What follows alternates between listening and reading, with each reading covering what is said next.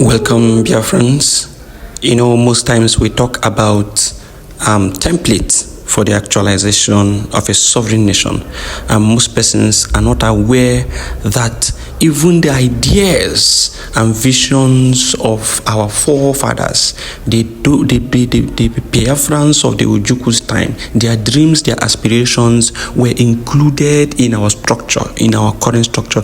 Some of you will not understand. I want you to listen to Ojukwu and hear what he had to say about the military and the commands, about the police and decentralization of the police, and about how things need to be done in the country. Listen to him. At Aburi, yes, we agreed on area commands for the armed forces. At Aburi, we agreed that the police force will be decentralized. We agreed on those.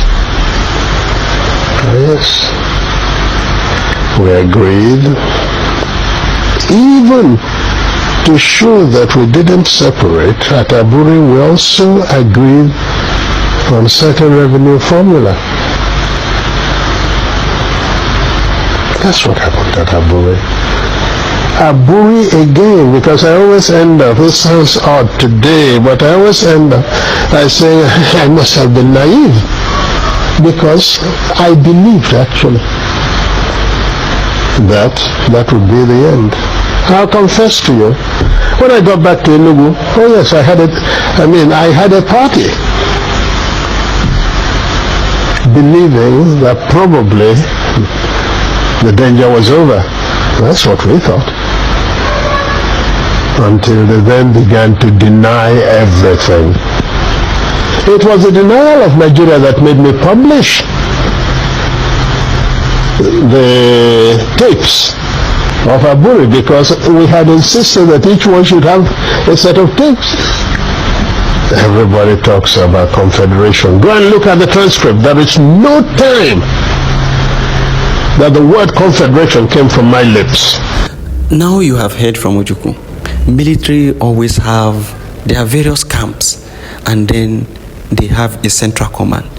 But the police, the best, structure for the police is a decentralized structure where the police at every state can be able to immediately tackle the problems, the security problems of the state, the internal security problems of the state. And this will forestall the delay in responses to crime situations in various areas. But the military deals with external aggression, territorial integrity, trying to harmonize each other, and that is why a central command is very important, because they need to harmonize each other, have a central command, receive information from every command, and then better respond to external aggression. So decentralizing your military wouldn't bear you any fruit. It wouldn't bear you any good fruit, because you are looking at harmonizing various commands to ensure that information flows within this command and provides you that complete security around your borders, around your territory, for full protection of your territory.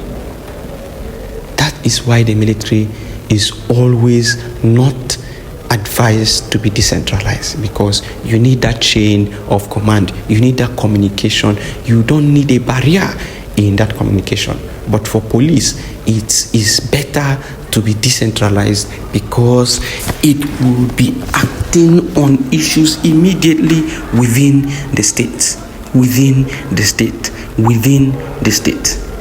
Now let's listen to this.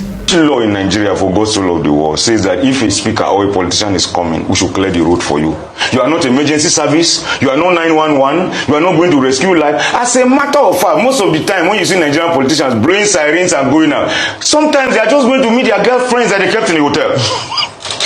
Because if actually they were working, what problem have they solved? If they are actually rushing to go and work, in countries where leaders are solving problems, they don't use sirens.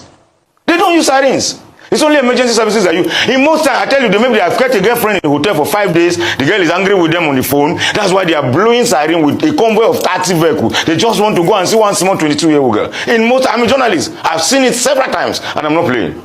I am saying the truth, the whole truth, and nothing but the truth. In most times, most cases, they are not going to walk. They are not going anywhere. They block the road and stop everybody from moving because they want to go and meet one 22-year-old girl in a hotel. It is happening in this country till today. Now, what you just heard is the reason why we must continue. It is the reason why we must support Simon Ekpa. It is the reason why we must support Nnamdi Kanu. It is the reason why we must continue, even with all the atrocities, all the sabotage done by these people, done by people who claim to be fighting for freedom. You must not look at them. You must continue. You must continue to push, because if you don't continue to push, you will regret it in the end. The politicians are doing absolutely nothing. You have heard from that journalist. They are flying and blowing siren everywhere just because they want to go and meet a 22-year-old in a hotel. In a hotel. This is why they would cause nuisance in the road, they would disrupt traffic, and do all manner of nonsense. You think they are rushing to go and attend to national issues without knowing that they are attending to women they have kept in hotels. You must understand that these people are visionless. You must understand that these people have no direction. You must understand that if you don't fight today, tomorrow may be worse. These people are plunging us into the darkness that if we don't fight to come out from, it will be very difficult when they have taken us deep into that abyss. They have no direction, no plan, nothing. What they are doing is just to squander and to continue to fight everything necessary to ensure that they remain in that position of stealing money, stealing public fund and embezzling it. Nothing else. Absolutely nothing else. So if you see what these politicians are doing, if you know what these politicians are doing, it should give you a reason to stand firm, to continue to fight for your freedom, to avoid every form of sabotage. If you are involved in sabotaging whatever, wherever and whoever you are you in the USB, are you in the Briggy, you must, even those in DOS and IPOB, you must desist.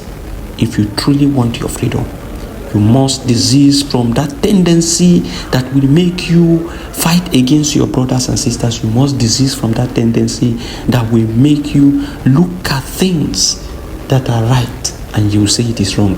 That tendency that will make you see black and you say it is white. You must desist from such activities and such behavior.